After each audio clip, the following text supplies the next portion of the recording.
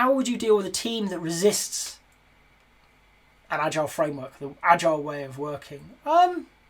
Deal's a strong word. It feels like, you want me to take them out the back and give them a kicking. I'm not going to. I'm 5'6". What you need to do is understand. What are they resisting? Very often when I turn up and I'm talking about Scrum, I'm talking about Agile, I'm talking about Kanban, whatever it is, and you get resistance, the interesting conversation is not how to overcome that resistance. Okay? The interesting conversation is, what are they resisting? The number of times I've turned up and, here's the Scrum coach, here's the Scrum trainer, we don't like Scrum. It's like, okay, I get it. You don't like it. Whatever you did in the past, you don't like. Yeah, probably didn't work for you. Probably made your life harder. You ended up in more meetings, doing more documentation, doing weird things that you didn't want to do, and you didn't understand why you were doing it. That sucks. I would resist that too. Acknowledge it. Accept it. Okay, you're resistant to the idea. You've likely got very good reasons to resist this idea.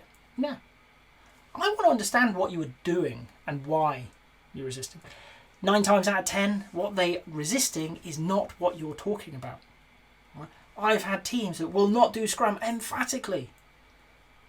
And when you dig into it, what they were doing didn't make any sense at all. It wasn't Scrum. It wasn't a sensible approach to product development.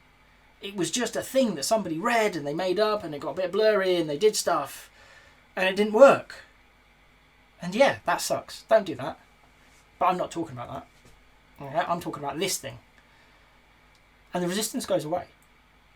Okay? 9 times out of 10, that is actually the easiest approach. Don't focus on the resistance. Focus on why the resistance exists. Okay? Because they're likely resisting something you're not talking about. Now, that 10th time, they know what Scrum is. They've tried it. It didn't work for them. Okay. Acknowledge it. Accept it. Heck, embrace it. Right.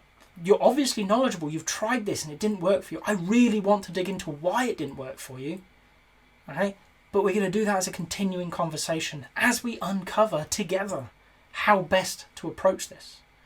So let's get started. What works well for you? What doesn't work well? I've got some ideas. I want to throw them in the mix, but I want yours. The whole team's experience coming together as a melting pot, and out of that we're going to create a process, okay, that works for you, that works for this organization, that solves the problems you have, as long as you are willing to build into that the ability to inspect and adapt, the ability to continuously improve. We can come up with amazing stuff, but it is not perfect. It can't be perfect because we're involved. But what it can be is made better. I don't care where we start. When teams are resisting, they have good reasons. Understanding those reasons and working with them is the way around, not through, around resistance. Move the conversation to somewhere they don't resist. Most people are good-natured. They're professional. They want to do a good job.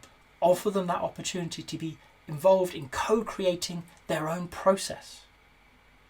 Give them that, and they will give you so much more. Okay? Now they own it.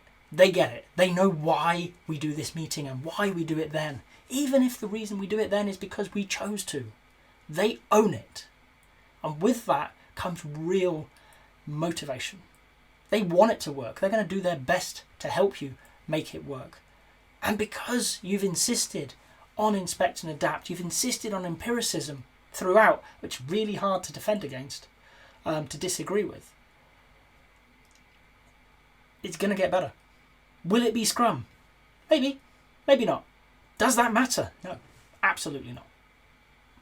Our role as a Scrum Master, as an Agile coach, is to help a team or an organisation improve, be better at what it does. Okay?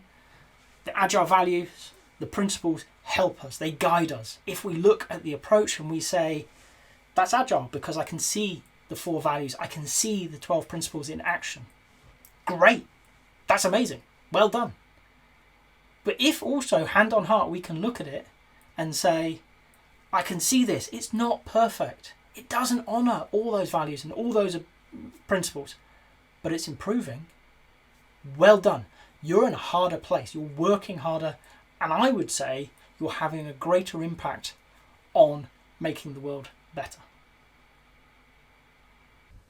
If you've got to this point in the video, I hope you've enjoyed it. If so, a like would be appreciated. If you want to hear more from me, more answers to questions that maybe you've got in the Agile world, please subscribe to the channel. And if you've got a question that you really want answered, drop it in the comments. I promise we'll get around to it. Thank you.